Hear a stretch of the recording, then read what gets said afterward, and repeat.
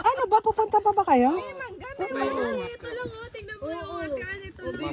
Kasi para tama ka mo yung ano.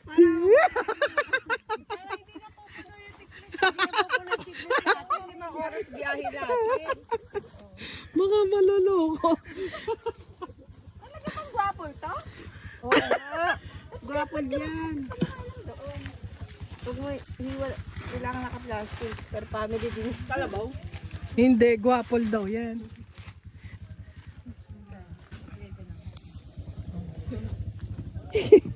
Si Tito Chris nahirapan.